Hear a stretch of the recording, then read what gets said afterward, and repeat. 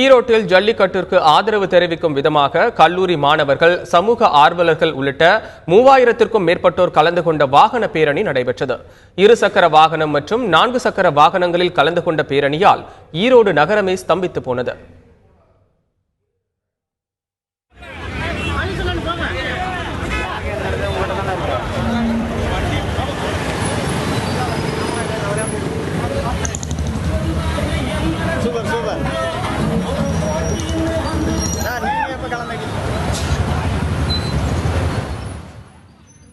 ஜல்லிக்கட்டு நடத்த நடவடிக்கை எடுக்காத மத்திய மாநில அரசுகளை கண்டித்து விழுப்புரத்தில் சமூக வலைதளங்கள் மூலம் ஒன்றிணைந்த இளைஞர்கள் கண்டன ஆர்ப்பாட்டத்தில் ஈடுபட்டனர்.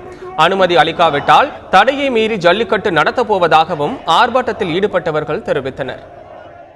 இதேபோல் சமூக வலைதளங்கள் மூலம் நாகையில் திரண்ட இளைஞர்கள் ஜல்லிக்கட்டுக்கு எதிர்ப்பு தெரிவிக்கும் பீட்டா அமைப்பை தடை செய்ய வலியுறுத்தி சாலை மறியலில் ஈடுபட்டனர்.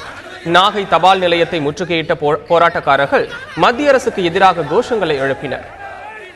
இதேபோல் கடலூரிலும் பேஸ்புக் உள்ளிட்ட சமூக வலைதளங்கள் மூலம் ஒன்றிணைந்த இளைஞர்கள் ஜல்லிக்கட்டு நடத்த வலியுறுத்தி மனித சங்கிலி போராட்டத்தில் ஈடுபட்டனர். அவசர சட்டம் இயற்றப்படாவிட்டால் தடையை மீறி ஜல்லிக்கட்டு நடத்தப்படும் என போராட்டத்தில் ஈடுபட்டவர்கள் தெரிவித்தனர். ஜல்லிக்கட்டு நடத்த அனுமதி அளிக்க கோரி காளை மாடுகளுக்கு பெயர் பெற்ற திருப்பூர் மாவட்டம் காங்கேயத்தில் 1000க்கும் மேற்பட்ட இளைஞர்கள் கண்டன ஆர்ப்பாட்டத்தில் ஈடுபட்டனர். நாட்டு மாடுகளை பாதுகாக்கும் விதமாக ஜல்லிக்கட்டு போட்டிகளை நடத்த மத்திய மாநில அரசுகள் நடவடிக்கை எடுக்க வேண்டும் என போராட்டத்தில் ஈடுபட்டவர்கள் கோரிக்கை வைத்தனர்.